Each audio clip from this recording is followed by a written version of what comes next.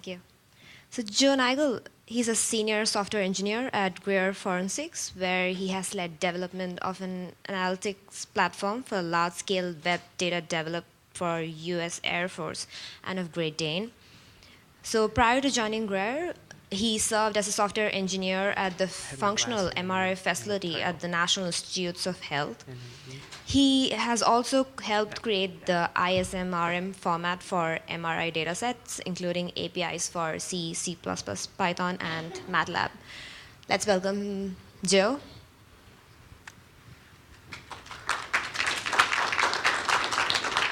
Thank you. Can you hear me?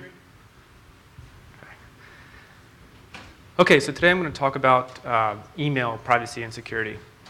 The last talk actually is a great segue because digital surveillance and things like web fingerprinting and targeted media advertising are a popular topic right now. Sir Tim Berners-Lee, the creator of the World Wide Web, claims that the internet has become the world's largest surveillance network. And he goes on to talk about how the web and large search engines and social networks have kind of turned his creation around, undermining the spirit of helping people create. So he's not happy. And I'm referring to something like this. This is an excerpt from the terms of service from a large email provider. And I've highlighted some of the terms here. When you upload, submit, store, send, or receive content to or through their services, you give them a worldwide license to use, host, reproduce, modify, so on, communicate, publish, display, and distribute such content. So essentially, by using their free email service, you sign away the rights to all content you transmit through your email. And many of us use these big free email providers, and we essentially agree to these agreements, whether we know it or not. So this is a problem because email is our most basic form of digital communication. It's been around for decades, we all use it, but its privacy, authenticity, and security lag behind every other form of digital messaging. If we compare email to something like the web, we take HTTPS and TLS for granted. Anytime we log into our bank, our credit card company, our doctor's website, something like that, we expect that our connection is fully encrypted, and we trust our browser to verify that connection. But if you look at email, how many emails have you sent in the past week that you would consider private, or you'd prefer no one else to read? And how many of those were end-to-end encrypted, or even encrypted at all? Or do you know if they were encrypted? So TLS is a solution for the web. Again, we all rely on HTTPS for anything secure on the web. And is it a solution for email? TLS definitely provides good security, but it still requires that we trust the email provider. We trust that they use TLS all the way through as they transmit our emails. And of course, because a lot of us use the big free services, we still have to allow them to read our emails for things like advertising.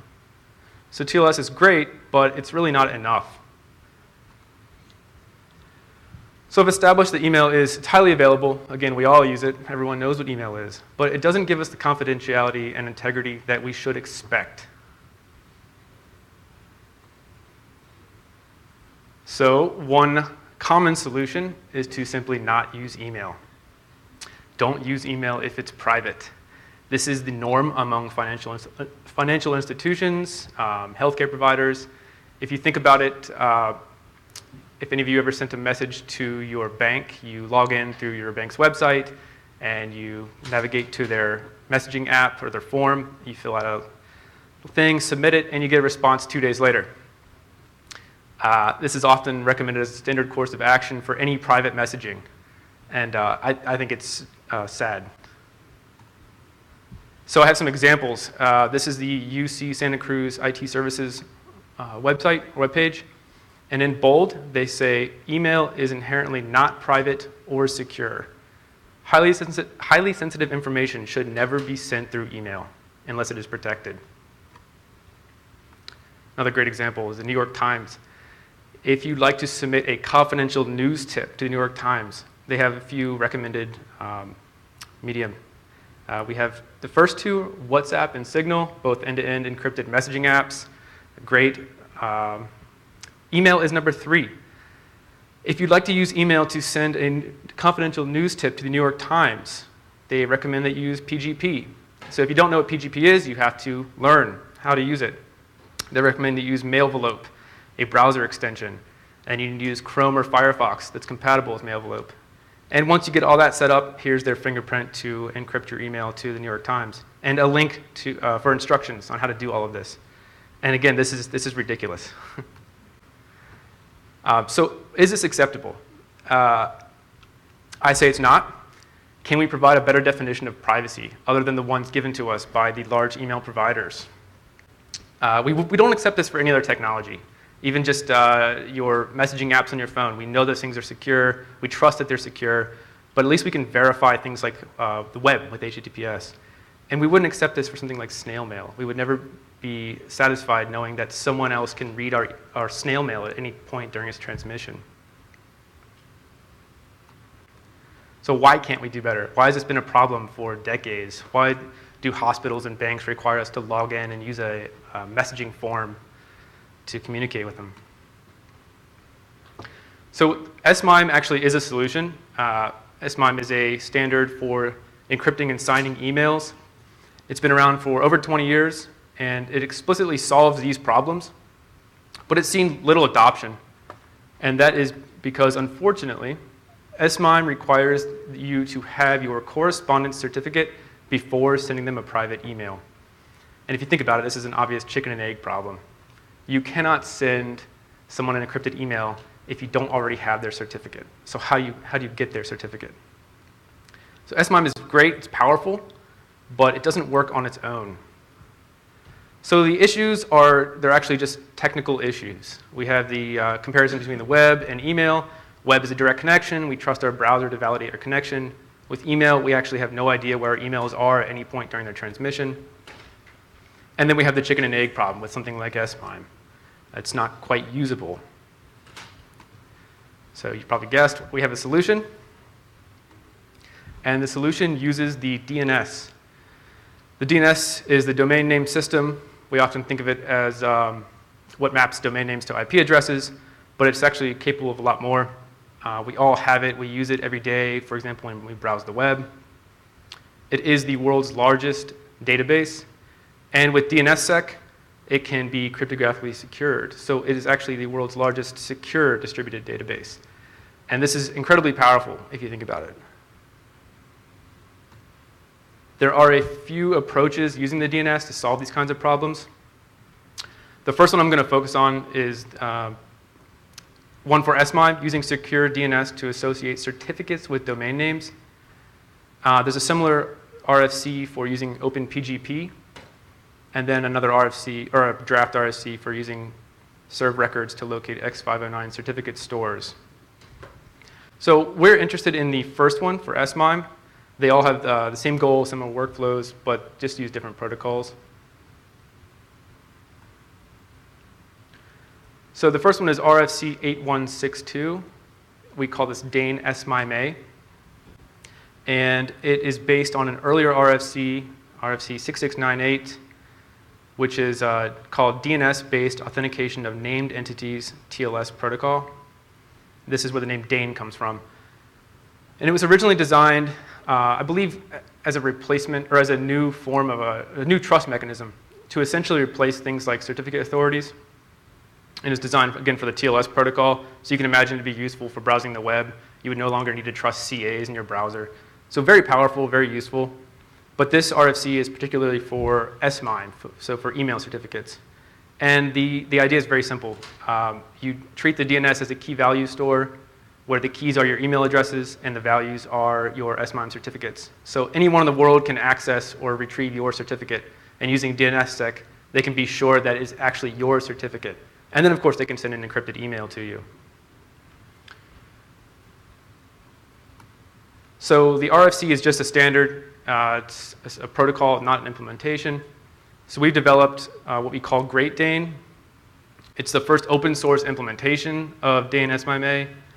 and it includes all the tools you need to actually use the standard. And we have a website, greatdane.io.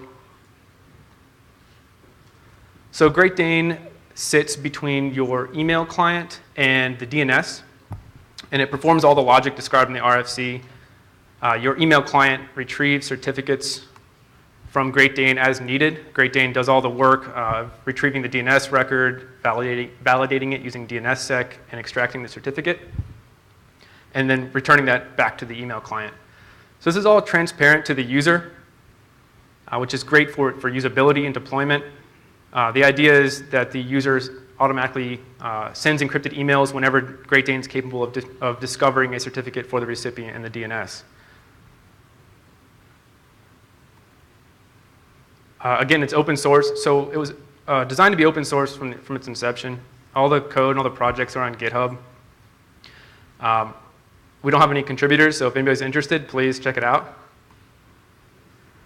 But I'll talk about a few of the components, starting with the engine. The Great Dane engine is the core component. This actually does all of the DNS work.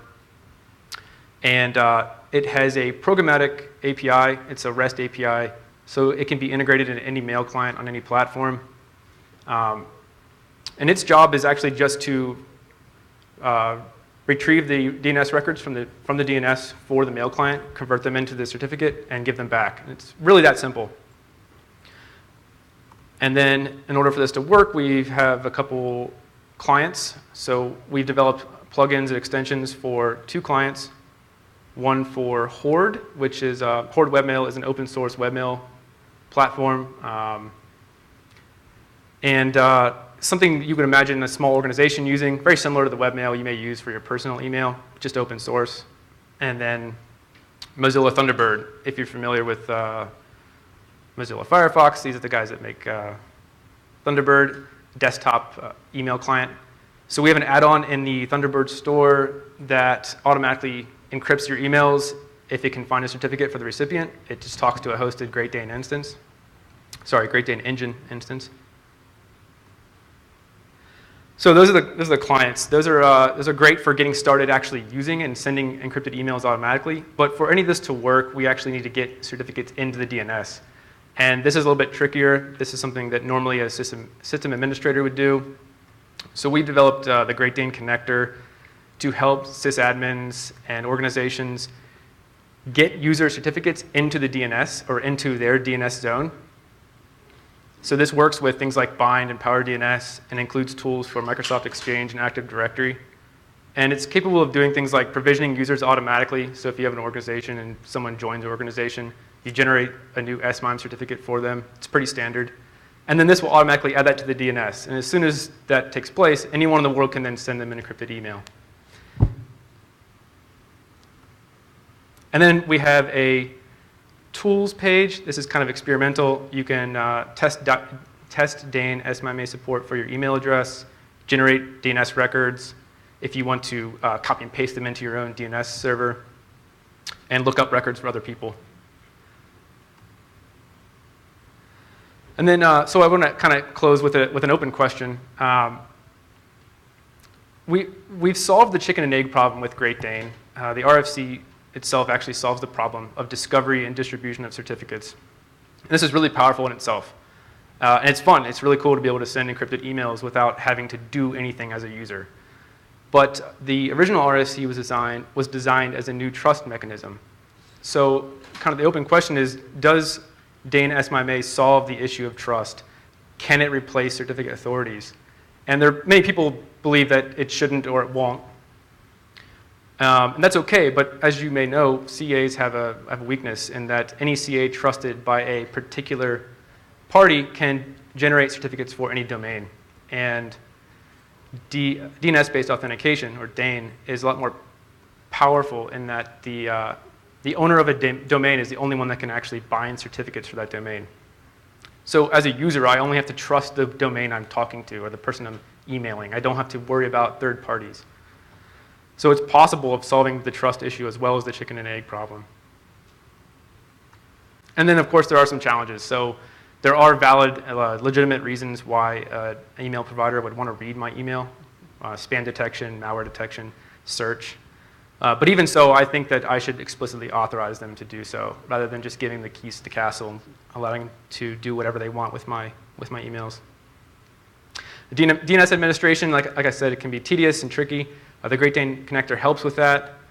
And DNSSEC adoption is slow and steady, but it is necessary to solve the trust issues. And there are some issues with email address leakage in the DNS that are inherent to DNS, but described in the RFC. So again, we have the website, the GitHub page, and here's a link also to the RFC itself if you want to take a look at the details and the history behind the standard. And I just want to say thanks to NIST and Comcast for their feedback along the way. And that's it. Thank you.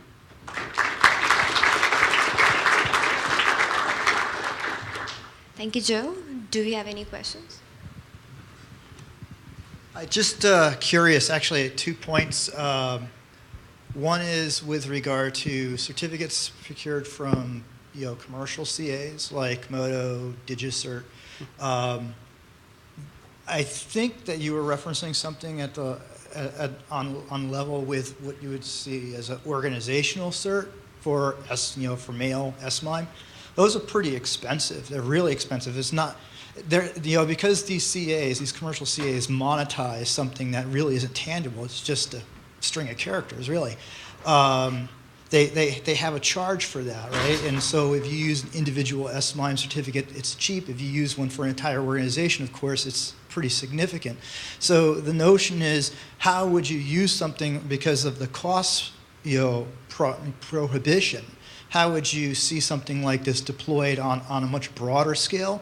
The second thing, just an item of note with like domain controller validation. So me at my company, I'd have to go, if I wanted to get a certificate through a commercial CA, I have to actually demonstrate through at least 3 different ways, one of them, that I actually have control over the domain. So the notion that I can just go to DigiCert and say, can I have a certificate with an Amazon.com? They won't let you do that because I don't have a way of showing a control over that domain. But the question more or less is really moving towards the prohibitive cost of organizational certificates, and how would you take something like this and move it into a broader scale? There's a couple ways, actually. So the RFC itself actually describes how you can associate certificates with domains in general, not just individual email addresses. So you can still actually apply various types of certificates to top-level domains. So that's not necessarily a problem. And I could be wrong, but I think a lot of organizations also generate their own user-level certificates signed by a higher-level certificate that they've purchased. So you could still essentially host all of those in your DNS. But, okay, but, and so... If you use a certificate signing certificate, and no, like, DigiCert's not going to issue a certificate signing certificate. Sure, that's true. But on the other hand, if, this is kind of a long way out, but if we actually move away from CAs, which is possible, the idea is if you are able to put the certificate in the DNS for your zone, then you do have access and you do own that domain. So that anyone else in the world that doesn't know me, if they can look that record up in the DNS and it's signed with DNSSEC, then they'd know that it's me because I put it, who else would have put it into my domain, my DNS, unless someone else compromises my DNS servers. So there's 2 ways of looking at it. One is how do you work with the CAs, and the other is how do you move away from them and forget about them. Again, the RFC was originally designed as an entirely new trust mechanism, and I think it's really powerful for that. But I think people are hesitant to abandon CAs altogether. Does that kind of answer your question? Yeah, and I understand it's more along the lines of the cost prohibition for organization level certs. Yeah. Okay. Hi. I was wondering a little bit, to follow up briefly, with whether you've thought about integrating this with like Let's Encrypt certificates at all, and then also if you knew about the Usenix paper talking about like the pitfalls of DNSSEC validation and how basically nobody configures it correctly. Even. So I'm not familiar with the paper itself, but the general idea, yes. So DNSSEC is tricky. Again, it's seen slow adoption for good reason. It's expensive and complicated. easy to misconfigure. But it is nearly fully deployed at the top level domains, so that's a good start. I can see how it'd be a big issue for small organizations. I'm sorry, what was the first? Sorry, the first part was just kind of like, could you use Let's Encrypt Yes. certificates? Because that seems like it would be easier and more automated.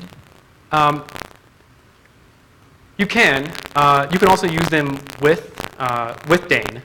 So you can actually validate both ways. You can validate using DNSSEC, and then you can also validate using the Let's Encrypt certificates and then them as a CA, for example.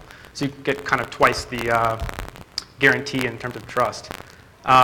Let's Encrypt, I don't believe they actually offer SMIME certificates yet. I looked into that. For testing purposes, we use just standard Komodo certificates free Komodo SMIME certificates. So when Let's Encrypt does, then I would say please check it out. We really want people to just kind of use the protocol to use Dane SMIME because we think it's great. If you use Great Dane, that's awesome. But the protocol itself is where it's really powerful. Thanks. So that's all we have time for. Let's thank the speaker.